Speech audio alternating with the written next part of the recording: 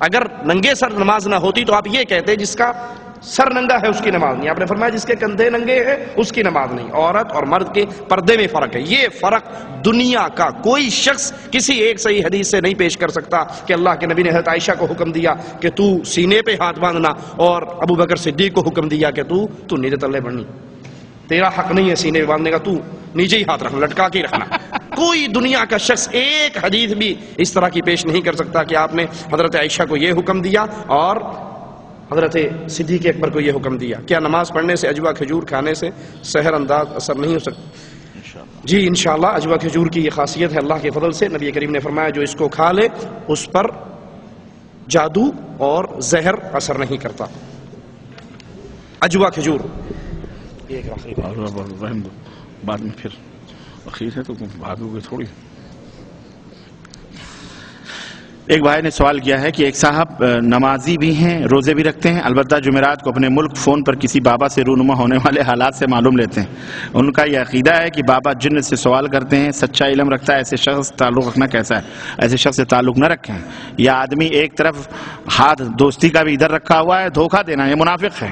لا الہ الا اللہ, نہ ادھر کے ہیں نہ ادھر کے, نہ خدا ہی ملا نہ وصالِ صنم, نہ ادھر کے رہے نہ ادھر کے رہے. تو یہ ایسے آدمی کو چاہیے کہ توبہ کرے اور اللہ تعالیٰ سے اپنے رشتے کو جوڑے. اور کوئی بھی عالم غیب نہیں ہے, عالم الغیب نہیں ہے. یہ تمام سب قربانی کا گوشت غیر مسلم کو, یہ ابھی میں نے اس کا جواب دیا ہے. ایک دوسرا سوال ہے کہ اللہ کے نبی صلی اللہ علیہ وسلم کا نام نبی بننے سے پہلے کیا تھا؟ نبی بننے سے پہلے بھی اللہ کے رسول صلی اللہ علیہ وسلم کا محمد ابن عبداللہ, محمد ابن عبداللہ آپ صلی اللہ علیہ وسلم کا نام تھا. یہ آپ کے اس سے پہلے ہی. وعلیکم السلام ورحمۃ اللہ.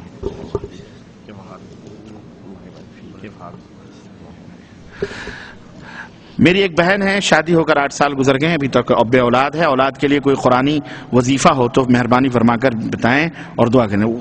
میرے بھائیوں, اولاد نہ ہونا اور ہونا یہ سب اللہ کی مرضی ہے.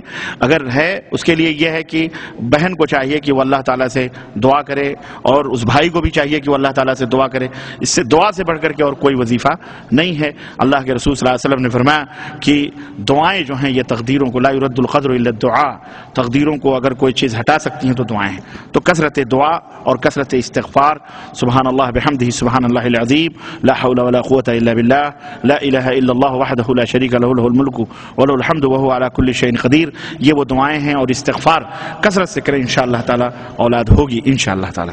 اگر کوئی, ایک بھائی نے سوال کیا, اگر کوئی شخص عالم دین جس نے سنت رسول رکھی ہو, اگر یہ بول دے کہ داڑھی سکھ بھی رکھتے ہیں, کیا ایسے آدمی کے ساتھ دوستی رکھنی جائز ہے یا بات ختم کر دینی چاہیے؟ یہ کوئی جھوٹی بات توڑی ہے. داڑھی سکھ بھی رکھتے ہیں, یہودی بھی رکھتے ہیں, داڑھی سادھو سنت بھی رکھتے ہیں, غیر مسلم بھی رکھتے ہیں, تو اس میں کون سی کفر کی بات ہو گئی؟ البتہ اگر وہ یہ کہے کسی کی داڑھی کی توہین کرتے ہوئے کہ تو نے داڑھی رکھی ہے, سکھ بھی رکھتے ہیں, تو یہ بات غلط ہے. اور اس بات پر اس کو نہیں چاہیے کہ آپ رشتہ یا تعلق ختم کر لیں, اس کو سمجھائیے, اللہ تعالیٰ اسے ہدایت عطا فرمائے.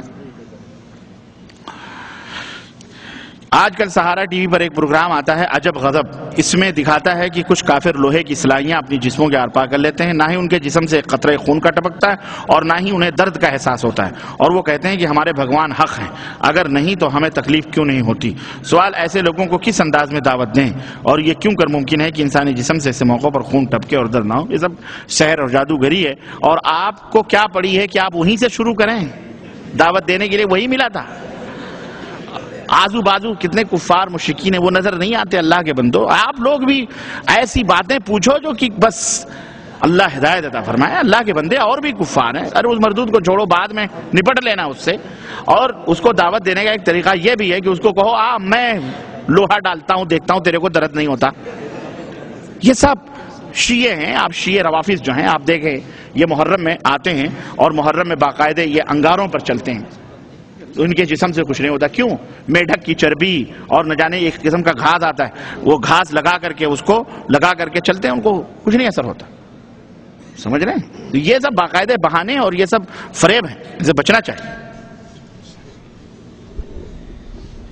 4 نمازیں باجماعت ادا کرتا ہوں, لیکن فجر کی جماعت ڈیوٹی پر جانے سے پہلے اٹھ کر ادا کر لیتا ہوں, باجماعت ادا نہیں کرتا, کیا میرا یہ عمل درست ہے؟ شیخ ابن باز رحمۃ اللہ علیہ سے کسی شاب نے یہی سوال کیا کہ میں 7 بجے کا الارم لگاتا ہوں اور 7 بجے اٹھ کے فجر کی نماز پڑھ کے پھر ڈیوٹی پہ جاتا ہوں, تو شیخ بن باز رحمہ اللہ نے فتویٰ دیتے ہوئے ارشاد فرمایا کہ تم کافر ہو، مسلمان نہیں ہو.